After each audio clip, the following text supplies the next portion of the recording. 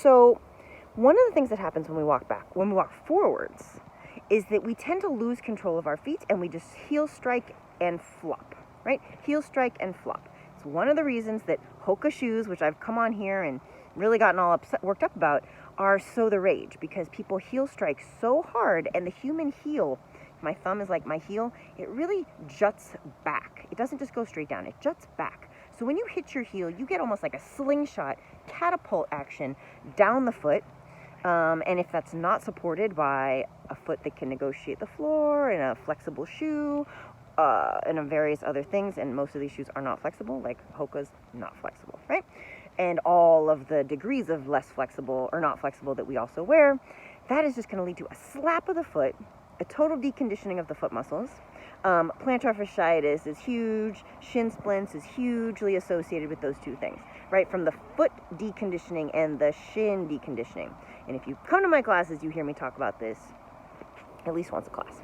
So, because it's a really big deal and a lot of people suffer of it, and it's very preventable. So when we walk backwards, we don't have the luxury of catching ourselves with our own foot, right? Instead of heel toe and this uncontrolled slap, we're just on our heel. And it's like, we're going to be SOL if that's all we've got, and our center of gravity is rocked behind us, and we haven't practiced negotiating the reverse engineering of the toe slap, right? Would be the toe heel slap, or worse yet, if you just try to step heel straight back on your heel and you don't even land on your toes, which we also practice in my class, right?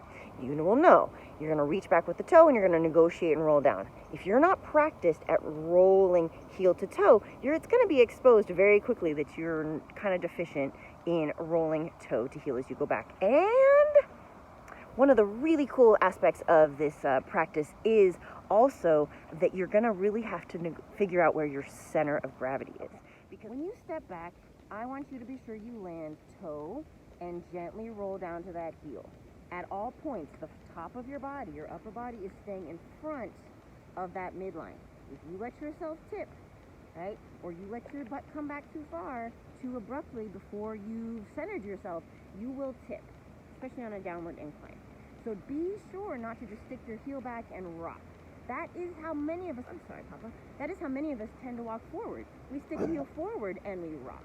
So don't do the opposite backwards, just like you really don't want to do the same rock forward, because you will very quickly learn that that's what you're doing, and you might learn in a very inconvenient, injurious way. So be careful. So the walking backwards is step and roll. Step and roll. Weight heel goes forward, weight, spine, posture, all moving forward. It's actually very similar to how I would want you to walk forward in a slightly dramatic way.